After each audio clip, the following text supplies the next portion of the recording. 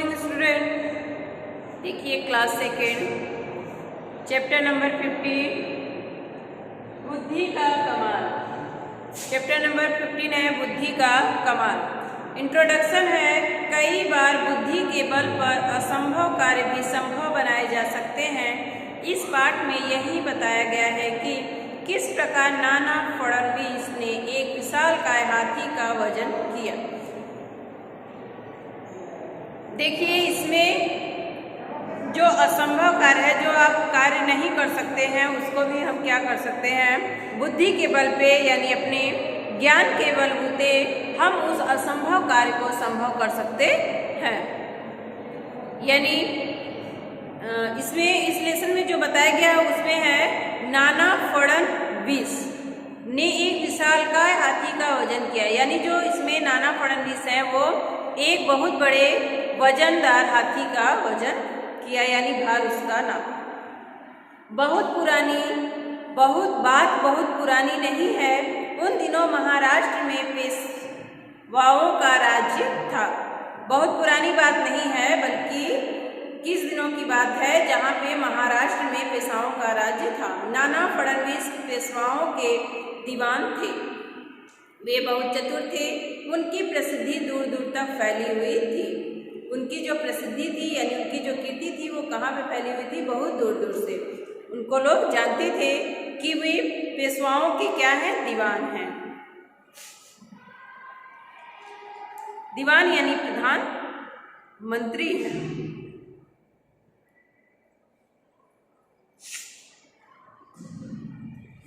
उनकी परीक्षा लेने के लिए एक बार हैदराबाद के निजाम ने उनके पास एक हाथी भेजा। तो उनकी सब लोग कहता था कि उनकी जो प्रसिद्धि है, यश है, कीर्ति है, वो बहुत दूर दूर तक फैली है। वे क्या हैं, बहुत चतुर हैं और पेशवाओं के क्या हैं, दीवान यानी प्रधानमंत्री हैं। तो उनका जो है परीक्षा लेने के लिए हैदराबाद के निजाम ने उनके पास क्या भेजा, एक हाथी भेजा। साथ में एक पत्र भी लिखा, नाना जी हमारे हाथी का सही वजन बताए तो हम आपकी बुद्धि को लोहा मान ले। यानी आप मेरी जो हाथी है, हम इस हाथी को भेज रहे हैं। और साथ में एक पत्र भी भेजा उन्होंने। उस पत्र में लिखा था कि नाना जी अगर मेरे हाथी का आप सही से वजन नाप लेंगे तब हम जानेंगे कि आप लोहा है, बुद्धि के लोहा है, यानी बुद्धि के बहुत बड़े जानकार हैं, आप बहुत बड़े ज्ञानी हैं। उस समय तौलने की बड़ी बड़ी मशीनें नहीं होती थी। निजाम का पत्र पढ़कर दूसरे लोग चकरा गए कि हाथी का वजन कैसे किया जाए। उस समय क्या था, जिस समय की ये बात है, उस समय बहुत भारी वजन तौलने के लिए कोई वस्तु, कोई मशीनें नहीं थी। और जो निजाम ने पत्र भेजे हुए थे उसको पढ़कर लोग क्या हो गए, चकरा गए, यानी वो चकित हो गए कि हाथी का वजन कैसे किया जाएगा। सभी अपनी अपनी तरकीब सोचने लगे। यानी सब लोग क्या करने लगे, अपना अपना उपाय सोचने लगे, पर कोई उपाय न बता सका। किसी को कोई तरीका नहीं सूझा। उपाय भी किसी को नहीं मिला, न किसी को कोई तरीका ही समझ में आ रहा था। आखिर नाना ने सोच विचार कर महावत से कहा, यानी हाथी से कहा, महावत में हाथी होता है, तुम इस हाथी को नदी के किनारे ले चलो। महावत होता है वो जो हाथी की रखवाली करता है, जो हाथी की देख रेख करता है, उसे महावत कहते हैं। तो नाना जी ने सोच विचार कर क्या कहते हैं, महावत से कहते हैं कि तुम अपनी हाथी को इस नदी के किनारे ले चलो। तो इसके बाद उन्होंने अपने नौकरों को आज्ञा दी, नदी के किनारे पर एक बड़ी नाव और तराजू बाट की व्यवस्था शीघ्र की जाए। तो देखिए अपने नौकर से वो कहते हैं, नाना जो है वो अपने नौकर से कहते हैं कि तुम लोग जल्दी से एक बड़ी नाव और तराजू बाट की व्यवस्था शीघ्र करो। शहर में खबर फैलते देर नहीं लगी। बहुत से स्त्री पुरुष नदी तट पर जमा हो गए। ये खबर जो है शहर में पहुंच गई कि नाना जी के पास एक हाथी आई है, उसका वजन बताना है। वहाँ के क्या किए, बहुत से स्त्री पुरुष नदी तट पर यानी नदी के किनारे इकट्ठा हो गए। वे यह देखना चाहते थे कि नाना हाथी का वजन कैसे करते हैं। हाथी का वजन देखने के लिए नदी के किनारे बहुत सारे स्त्री पुरुष जमा हो गए, यानी इकट्ठा हो गए। नाना ने महावत से कहा, हाथी को नाव में चढ़ाओ। नाना ने उस जो हाथी की रखवाली करने वाला जो था उससे कहा कि तुम हाथी को नाव में चढ़ाओ। हाथी नाव में चढ़ाया गया। हाथी के बोझ से नाव पानी में थोड़ी सी डूबी। जहाँ तक नाव डूबी थी वहाँ पर नाना ने एक निशान लगा दिया और महावत को आज्ञा दी कि हाथी को नाव से नीचे उतार लिया जाए। देखिए, नाव में हाथी को चढ़ाया गया और जहाँ पे हाथी नाव में चढ़ी थी तो हाथी के बोझ से यानी वजन से जो नाव जितनी दूर डूबी वहाँ तक क्या हुआ कि नाना जी ने एक चिन्ह लगा दिया और महावत को आज्ञा दे दी कि तुम अब अपने हाथी को नीचे उतारो। अब नाना ने नाव में पत्थर डलवाना शुरू किए। नाव में क्या करते हैं कि पत्थर डलवाना शुरू करते हैं। पत्थरों के बोझ से नाव धीरे धीरे पानी में डूबने लगा।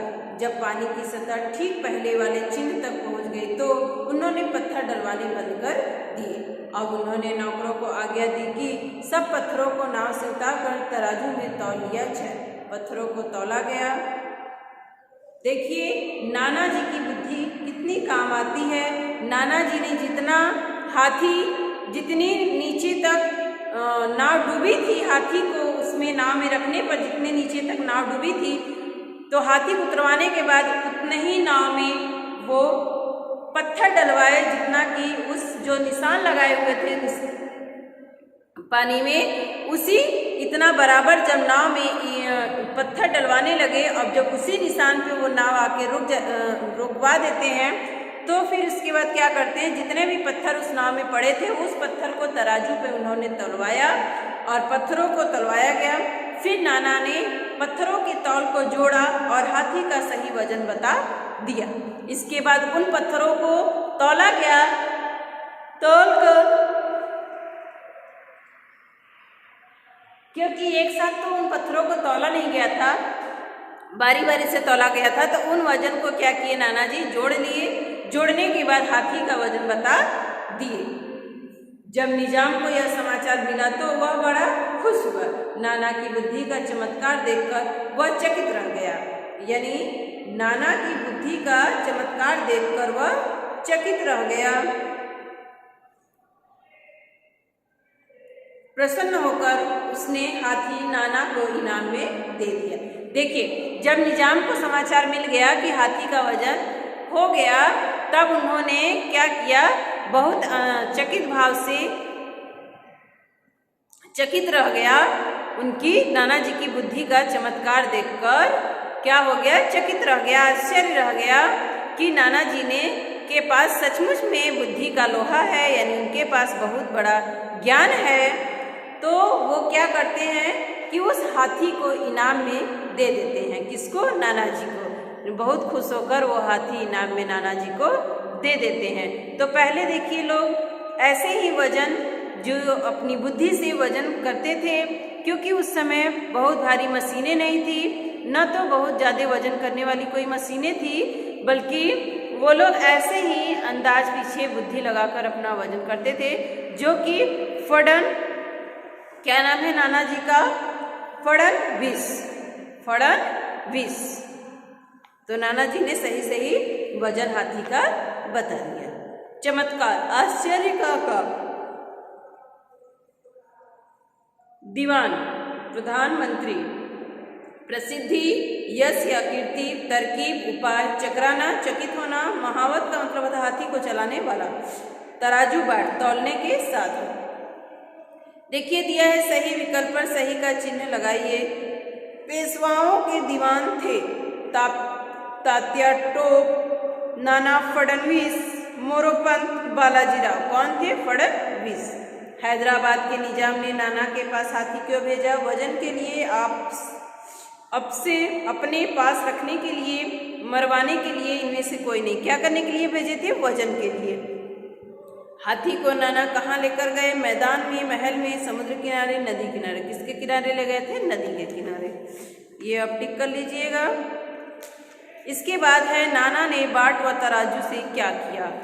नाना जी ने बाट व तराजू से क्या किया? पत्थर तौले, हाथी का वजन किया, नदी का पानी तौला, नदी किनारे की रेत तौली। क्या करते हैं? वो पत्थर की तौल करते हैं। तो पत्थर तौले। इसके बाद है रिक्त स्थानों की पूर्ति कीजिए।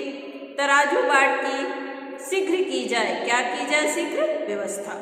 नाना जी ने हाथी का सही क्या बता दिया? वजन। हाथी को में चढ़ाओ। किस पे चढ़ाओ? नाव में चढ़ाओ। फिर इसके बाद खाली स्थान है। में खबर फैलते देर नहीं लगी। कहाँ पे? शहर में। इसके बाद दिया है जिस प्रकार हाथी चलाने वाले को महावत कहते हैं, उसी प्रकार इन्हें क्या कहते हैं? जो नाव चलाए नाविक, जो मोटर चलाए चालक या ड्राइवर, जो हवाई जहाज चलाए उसे क्या कहते हैं? पायलट। तो ये रहा। इसको अनेक शब्दों के लिए एक शब्द भी कह सकते हैं। निम्नलिखित प्रश्नों के उत्तर दीजिए। नाना फडणवीस कौन थे? तो नाना फडणवीस कौन थे? पेशाओं के क्या थे? दीवान थे। निजाम ने उनके पास हाथी क्यों भेजा? उनकी बुद्धि का परीक्षा लेने के लिए। नाना जी ने हाथी का वजन कैसे किया? नाना जी ने हाथी का वजन कैसे किया? हाथी को पहले क्या करते हैं? वो नाव में चढ़ाते हैं और जितनी नाव डूबती है उतना निशान लगाने के बाद नाव में पत्थर डलवाते हैं और उसी निशान पे आने पे रोक देते हैं और उस पत्थर को तलवा के क्या करते हैं? वो वजन करते हैं। प्रसन्न होकर निजाम ने क्या किया? प्रसन्न होकर निजाम ने उस हाथी को नाना जी को इनाम में दे दिया। इसके बाद है शब्दबोध। शब्दबोध में है दिए नीचे कुछ प्राणियों के नाम दिए गए हैं, उन्हें उचित स्थान पर लिखिए। गाय, हिरण, कबूतर, मछली, कछुआ, तितली, हाथी, उल्लू, मगर। देखिए जलचर, थलचर, नभचर। जलचर, थलचर, नभचर यानी जो जलचर होते हैं वो कहाँ रहते हैं? जल में रहते हैं। और थलचर जो होते हैं वो जमीन पे रहते हैं और नभचर जो होते हैं वो आकाश में रहते हैं। तो गाय कहाँ पे रहती है? थलचर यानी वो थल जमीन पे रहती है। हिरण, हिरण भी। कबूतर वो नभचर है। मछली जलचर है। कछुआ जलचर है। तितली नभचर है। हाथी थलचर है। उल्लू नभचर है। मगर जलचर है। फिर इसके बाद है व्याकरण बोध में समझिए और लिखिए। चतुर मीन्स होशियार। देखिए चतुर का ये मीनिंग लिखना है। होशियार दिया तो तरकीब का उपाय। नौकर का यहाँ पे दिया है नौकरानी, तो देवर का देवरानी। इसके बाद है चिन्ह मीन्स निशान। प्रसिद्धि मीन्स यश।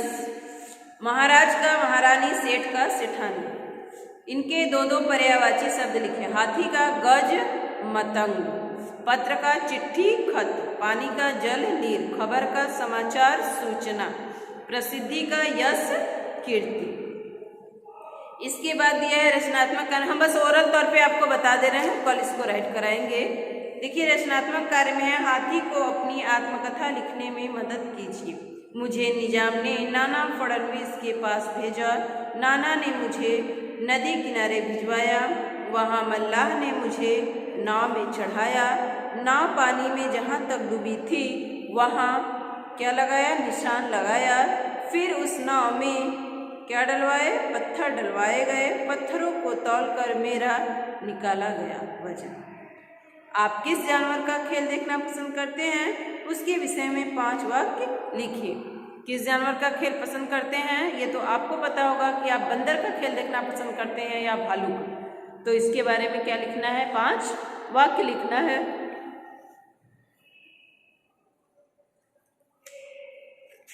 तो ये रहा बच्चों बुद्धि का कमाल। ये बुद्धि का कमाल। देखिए बुद्धि की कमाल से वे क्या करते हैं? अपनी बुद्धि का, अपनी विवेक का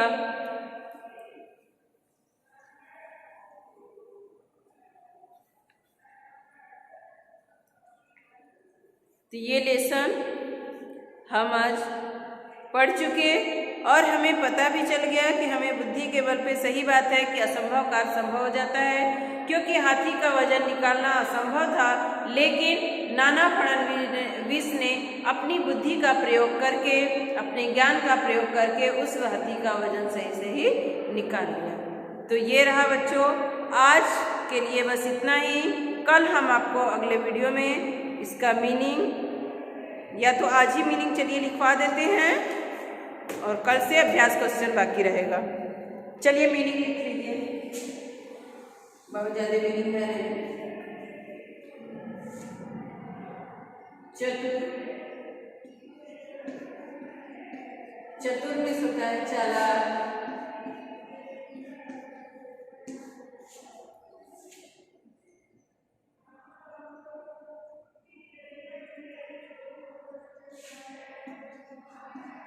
चमत्कार, आश्चर्य का काम,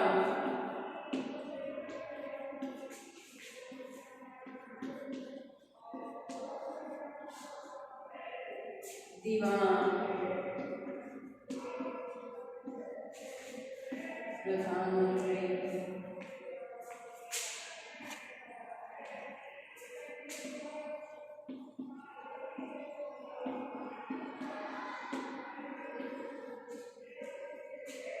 प्रसिद्धि,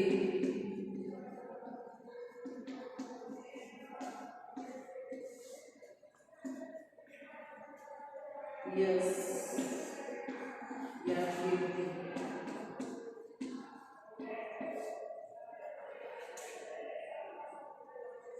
तरक्की,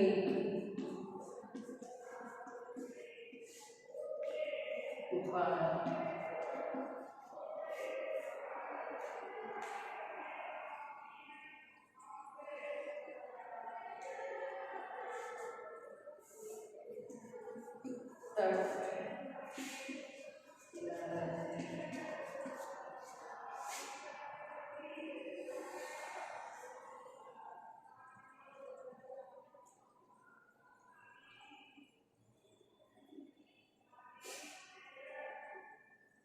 चकराना,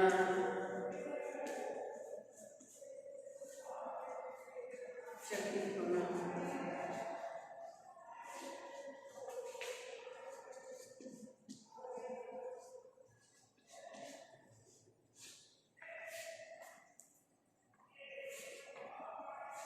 इतना आप लिख लीजिए। उसके बाद आप थोड़ा सा ऊपर का लिख लिए होंगे, 2-3 पेज कर देते हैं।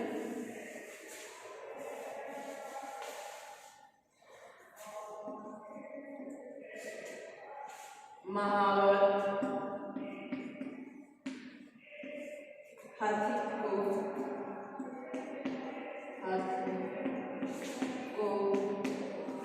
चलाने वाला, हाथी को चलाने वाला, तराजू बाट, तराजू बाट, तौलने के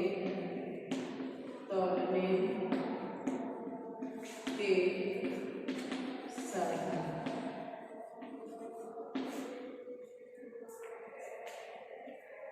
चलिए आप इतना लिख लीजिए।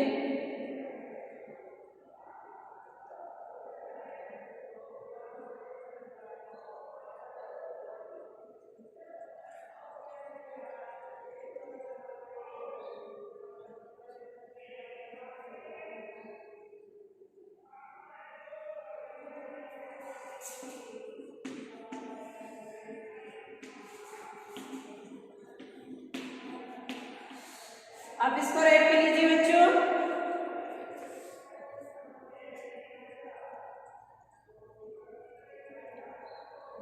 इसके बाद है आज्ञा, आदेश, आज्ञा आदेश,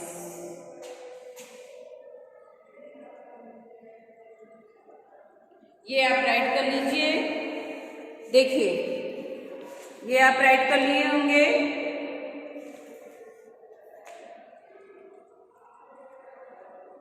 इसके बाद है अभ्यास प्रश्न, ये हम आपको बच्चों कल राइट करा देंगे। आज तक के लिए बस इतना ही स्टूडेंट, गुड बाय।